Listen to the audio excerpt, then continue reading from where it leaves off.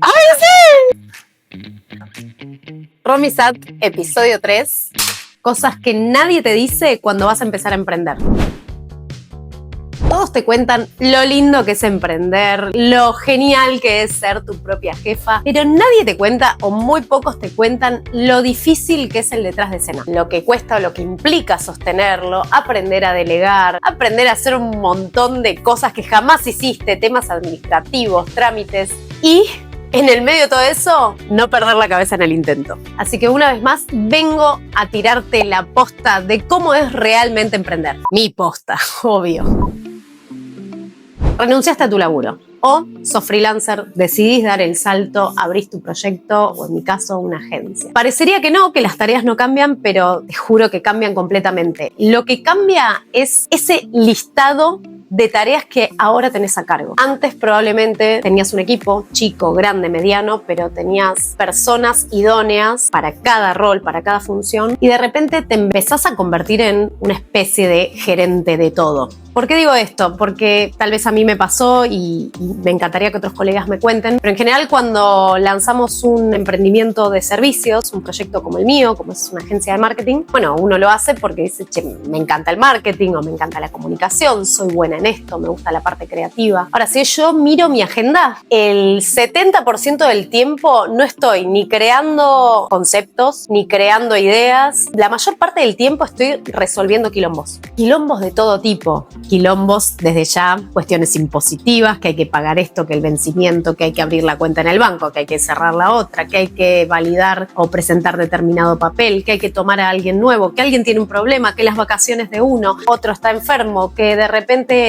te piden un presupuesto y tienen que pasar por vos. Aparecen un montón de cuestiones. Obviamente uno se las imaginaba, pero en el balance te terminas dando cuenta de que la mayor parte de tu tiempo y tu foco en realidad no está puesto en eso que vos decís, soy bueno, me encanta. Empieza a estar puesto en otro lado, porque por supuesto uno dirige, comanda ese proyecto y las decisiones al principio pasan por uno. Después en el proceso, lo ideal o hasta lo desafiante es entender que por ahí la mejor decisión o la decisión más estratégica que podés tomar es empezar a rodearte y armar equipo con personas que son mejores que vos o que son excelentes en esas tareas que tenés que desarrollar. Pero sí o sí, hay como una instancia de aprendizaje de entender al menos de qué te van a estar hablando. Porque para poder tomar decisiones, primero hay que entender sobre eso. Volviendo a la pregunta, hoy en día la mayor parte de mi foco y de mi tiempo y de mi cabeza no está puesta en crear, que es la parte que me divierte, de la cual participo por supuesto. Está mucho más puesta en tener reuniones con potenciales clientes, cerrar presupuestos, gestionar la operatoria diaria de la empresa. Cuando decidí dar el salto de empezar a ampliar el equipo, el principal móvil fue quiero asegurar calidad. Mi mamá tiene un dicho que es el que mucho abarca, poco aprieta, y me daba cuenta que no iba a poder entregar las cosas que yo prometía con la calidad que yo quería y prometía. El primer paso ahí sí fue buscar al mejor profesional posible en ese contexto, con ese proyecto, para poder cumplir con eso. También un periodo de aprendizaje con el equipo que es entenderte cómo trabaja uno, cómo trabaja el otro. Los equipos, como todo vínculo humano, hay que ir creándolos esos vínculos, ¿no? Entonces hay también siempre un periodo de aprendizaje cuando estás armando equipo. Es muy difícil armar equipo y doblemente difícil sostener. Cada persona, cada integrante de un equipo es una historia, con 24 horas del día, con 20 situaciones que le están pasando, que uno no conoce, que no sabe, que eventualmente las puede conocer, pero depende de que el otro te las quiera contar, con la misma cantidad de preocupaciones que pueda tener uno en la cabeza y con sus propios intereses. Cuando armás equipo, estás sumando historias a ese proyecto. Estás sumando historias, estás sumando expectativas, ansiedades, intereses, situaciones imprevistas que se dan en la vida. Y encima, claro, los que comandamos los proyectos, los que los lideramos o los que los creamos, que queremos mucho nuestro proyecto, nos encantaría que todos quieran tanto a nuestro proyecto como nosotros. Pero no podemos exigirles eso. En todo caso, podremos trabajar para que ellos se encariñen con nuestro proyecto, pero no es la máxima prioridad de la otra persona, así como sí puede ser tu máxima prioridad. Entonces creo que ese es el principal desafío y la principal dificultad, ¿no? Por supuesto hay una retribución económica de por medio, pero digo, es un trabajo, pero aún así uno esperaría que ese equipo prospere, que se sostenga en el tiempo, que prospere, que se desarrolle. Y a medida que se va desarrollando y va creciendo ese equipo, bueno, se van sumando nuevas historias, con nuevos intereses, con nuevas expectativas, con nuevas ideas, con nuevas cosas que pasan en la vida, porque la vida es dinámica. Entonces creo que esa es la mayor dificultad, armar equipo y después sostener. Y ni que hablar, que esto debería hablarlo en realidad con un especialista en recursos humanos o recruiter o como se llame, que es, ¿cómo sé que esta es la persona? No podés entrevistar a 10 personas, pero en un momento tenés que decidirte por una. ¿Cómo sé si es esta y no la otra? Uy, me encantaría tener a estas 3, pero no me da el presupuesto. Está ese desafío que creo que te lo va dando un poco el entrenamiento. En mi caso ya venía entrevistando gente desde antes, en mis laburos anteriores, entonces bueno, ahí yo tenía un ejercicio, una gimnasia, pero es algo que no terminás nunca de aprender y la podés pifiar en el medio. Y ahí tenés otra dificultad, que es, bueno, elegí esta persona, me gustó, pensé que iba y no era. Esa es una dificultad no solo emocional, ahí bueno, cada uno lidia como puede con sus emociones, sino que es una dificultad operativa, porque tenés un proyecto sobre la marcha, tenés un trabajo que ya prometiste, que ya probablemente te pagaron o te van a pagar, es tu imagen frente a determinado cliente y tenés que cumplir. Un montón de variables, pero también es, bueno, estoy con los dichos hoy, si te gusta el durazno, bancate la pelusa. Si te gusta emprender, sabé que gran parte de tu aprendizaje va a estar puesto en gestionar vínculos, relaciones humanas. ¿Qué aprendí? No diría que lo aprendí, lo estoy aprendiendo y lo trabajo todos los días. Primero, a no tomarme las cosas de forma personal. Justamente como cada persona está en su historia, en su vida, transitando su historia y su vida, por más que parte de su vida la comparta conmigo, si estamos en el trabajo, no necesariamente lo que esa persona me está diciendo en determinada charla de laburo me la está diciendo a mí, Romina, sino que se trata de conversaciones entre roles que se juegan en determinado ámbito. Esperen que me rasco.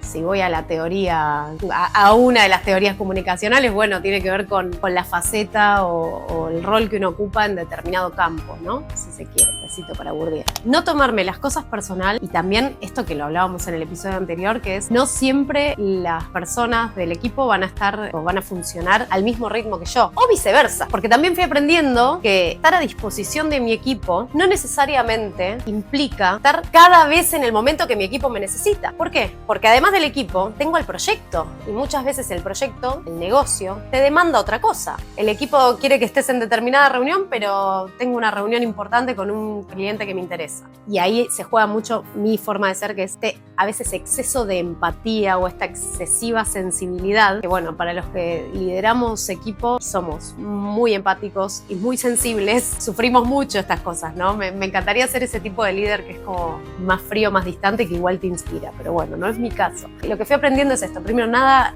es personal. No debería tomarme nada personal. Y de la misma manera, es lo que yo le transmito a mi equipo, lo que te digo en el marco de una conversación laboral, profesional, es en estrictamente términos laborales. Y después esto de los tiempos del otro no son necesariamente mis tiempos y viceversa. Y cuando uno emprende, está mirando otros tiempos, está mirando la macro, está mirando el bosque. Por ahí el otro entiende que hay una urgencia, pero tengo 20 urgencias más. Bueno, entonces depende de quien lo lidera jerarquizar esas urgencias. Eso no quiere decir que el que lidere el proyecto o el emprendimiento siempre tenga razón en cómo jerarquizar. En el medio te la das contra la pared, ¿no? Y ahí vas aprendiendo. Pero sí, bueno, la cuestión de nada es tan personal y los tiempos de las personas no siempre son los mismos. Hay que ir encontrando un equilibrio permanente en eso. Delegar fue un ejercicio que trabajé mucho, pero no en este proyecto puntual, sino en otro trabajo hace varios años, la primera vez que lideré un proyecto. Y al principio me costaba, pues Virgo, pues controladora, pues un montón de variables más. Y cuando me di cuenta que delegaba con confianza y que las cosas sucedían, me fui relajando. Entonces, delegar en sí mismo nunca fue un problema para mí, pero sí es cierto que hay que amigarse con la idea de que delegar siempre va a implicar que un otro haga las cosas distintas. Ni bien, ni mal, ni mejor, ni peor, sino de forma distinta. Con lo cual, ahí hay que estar dispuesto a ceder esa parte. Bueno, el otro no va a escribir un mail como yo, no va a abordar una reunión como yo. Lo que yo como líder y como dueña de la empresa y como capitana del barco, y todas las analogías que quieran, yo como líder lo que puedo hacer es darle herramientas y decirle de forma clara y asertiva, vamos a encararlo de esta manera, este es el proceso, esta es la forma que yo quiero que encares esto. Te doy herramientas, te doy el martillo y los clavos. Ahora, si vos clavas, si usás el martillo con la mano derecha o izquierda, bueno, ahí ya eso me excede. Lo que más cuesta en el proceso de delegar en un emprendimiento, me parece, es que no es que llegás a un trabajo donde los procesos ya están armados. Entonces, el desafío ahí es establecer procesos claros, eficientes y de tener a disposición todas las herramientas que el otro necesita para que vos puedas delegar con tranquilidad. Y bueno, eso es algo que está en constante armado. Y ojo, también pasa en pymes, pasa mucho en empresas de muchos años que están haciendo un recambio generacional. Entonces son desafíos a los que nos enfrentamos tanto emprendedores como personas que lideran equipos de trabajo en distintos contextos, más en estos tiempos que vivimos, que está todo como muy acelerado y parecería ser que los tiempos también se aceleran y los procesos se aceleran y de ahí hay como necesidades de cambiar permanentemente. Pero creo que mi mayor desafío fue ese, y digo fue porque ahora yo sé a quién le delego y estoy tranquila. Pero acá tengo un nuevo desafío, que es que en algún momento puede que ese equipo cambie. Ya sea porque crezca, ya sea porque alguien decide tomar otro rumbo. Ahí sí, consejo práctico es hacerle lugar a la agenda. Y en ese momento de transición, en ese momento donde vas a empezar a delegar el laburo a alguien que recién estás conociendo o que está tomando una tarea nueva, hay que darle tiempo a la agenda para acompañar a esa persona, lo que sería un periodo de inducción, de capacitación. Y una cosa más que me parece esencial, que es que quien lidera, el dueño del proyecto, el emprendedor, uno tiene que tener una actitud también abierta al aprendizaje. Porque que uno sea el fundador de una empresa no necesariamente es ya una garantía de que va a hacer las cosas bien. Justamente el hecho de construir equipo tiene que ver con también aprender de otros, capitalizar experiencias y aprendizajes que traen otros. Y en el medio, aprender juntos en el camino, ¿no? Entonces, como tener esa actitud más abierta, receptiva. Obviamente va a haber veces, las menos felices, que uno dice, bueno, no, hagámoslo como yo digo, ya sea por capricho, ya sea por tener claro por qué, pero sí está bueno, vos, emprendedor, emprendedora, que tengas actitud abierta y receptiva al aprendizaje del otro. Ser dueño de tu proyecto no es garantía de que vayas a hacer todo bien. Ay, tuve que aprender o tuve que mentalizarme que toda la parte que yo antes podía delegar, porque había gente que se ocupaba de eso, ya no la delego, al menos no por ahora. Ojalá el día que tenga la estructura para poder delegarlo, igual voy a tener que estar mirando eso, que son los fucking números. Los números y toda la parte contable, administrativa, financiera. Y que claro, uno diría, che, pero hiciste una empresa, o sea, es obvio que tenés que mirar los números. Sí, en mi mundo ideal, ¿se imaginan un mundo sin abogados? En mi mundo ideal tendría que tener un CFO o alguien que me esté llevando las finanzas, que pueda hacer presupuestos tal como los pienso yo y que solamente me venga con buenas noticias. Che, ya está todo pago, no hay ningún BEP pendiente, hay tanto de rentabilidad. Bueno, no pasa. Spoiler. La parte que más me cuesta es esta, es la parte contable, financiera, administrativa. Me molesta, me predispone mal, pero la realidad es que ya les conté en otro episodio que yo estaba convencida que iba a ser una agencia, una empresa formal con todas las letras. Son todas cuestiones que van surgiendo cuando construís una sociedad, que no es lo mismo si facturas como monotributista. Toda la cuestión impositiva, los balances, documentos, toda la documentación que tenés que llevar, que tener al día, aprender lo que es una factura A y cómo equilibrar el IVA. Mira, esta anécdota es durísima. La primera vez que cobré algo a través de la agencia, es decir, a través de la cuenta bancaria de la agencia, suponete que el presupuesto era de 100 lucas, no sé. Bueno, entonces yo dije, bueno, van a entrar 100 lucas. Y cuando entro a la cuenta bancaria, había entrado menos plata. Me desesperé, dije, che, ¿qué pasó? ¿Me transfirieron menos? Bueno, no. ¿Qué pasa? Retenciones, IVA, ingresos brutos, el costo de la operación bancaria y además tenés que reservar una parte para pagar ganancias cuando se paga una vez por año, que no sé ni cuándo es. Perdón, Lore, mi contadora. Sé que me lo dijiste un montón de veces, no recuerdo cuándo es. Entonces, ese fue el primer golpe durísimo que decís, ¡ay! Pero yo pensé que me iban a entrar 100. No, nunca. De un presupuesto, de lo que presupuestás, por más que lo haya hecho yo y que no haya tercerizado a nadie, nunca te entra la misma cantidad. Melba, no. De lo que hayas presupuestado, nunca. Cosas que tuve que aprender a los golpes. Tener 2 perros y emprender todo en el mismo espacio. Nunca de lo que presupuestas, jamás te entra ese importe 100% neto. Siempre hay que considerar toda una serie de descuentos que obviamente son costos impositivos. Una retención, la primera vez que me retuvieron plata, me asusté. Dije, me están estafando. Y no, claro, es el fisco que te está reteniendo un impuesto que, bueno, que ya lo estás pagando de antemano. En conclusión, la parte que más me sigue costando es la parte administrativa contable. Por suerte Todavía no tuve ningún tema legal, pero siempre hay que estar atento a todas las cuestiones legales, registro de marca, cuestiones de contratación, bueno, cómo armar un contrato con un cliente. Entonces, son como las dos patas más duras que para una mente campanita como yo cuestan muchísimo.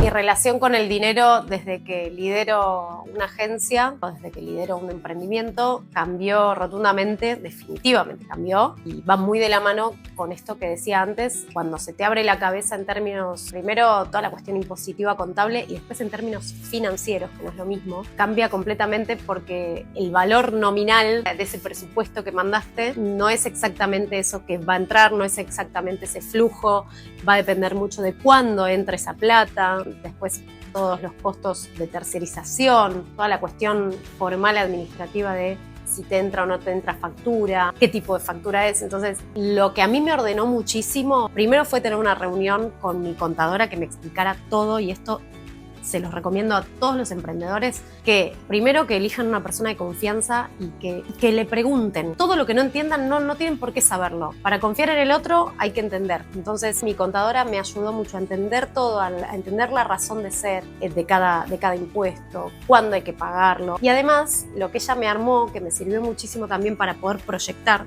financieramente la rentabilidad de cada proyecto, fue como un Excel donde yo puedo ver tanto el valor bruto que se le presupuesta a un cliente como el valor neto, contando todo lo que tiene que ver con costos, con impuestos. Entonces, eso a mí me cambió completamente la mirada. Esa fue la primera pata. Y la segunda pata, el segundo momento como bisagra, fue el momento en el que pude tener mi propio sueldo.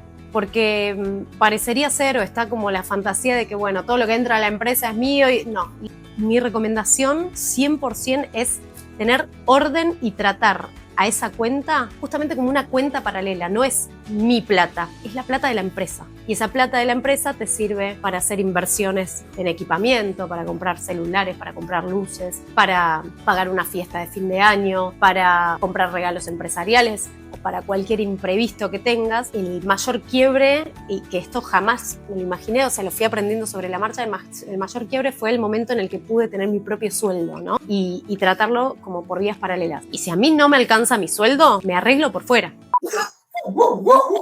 No le pido prestado a la agencia, no le pido prestado a la empresa. Primero porque me da vuelta todo a nivel impositivo, me da vuelta todo a nivel contable y no es adecuado y no lo puedes justificar después si yo me estoy pasando plata. Entonces, esos mitos que por ahí uno se imagina y da, bueno, esto total es todo mío. No es todo mío. Es la sociedad y va por carriles paralelos, es una persona jurídica, por eso se llama así, ¿no? Es como si fuera una persona. Entonces, eso a mí me ordenó muchísimo. Y bueno, y también eso ayuda no solo a ordenarse, sino a empezar a tener como mucha más previsibilidad con los flujos, ¿no? de dinero o el cash flow. La contracara, chicas, es que si yo era ansiosa, ahora soy el triple ansiosa, pero bueno, todo no se puede, mami.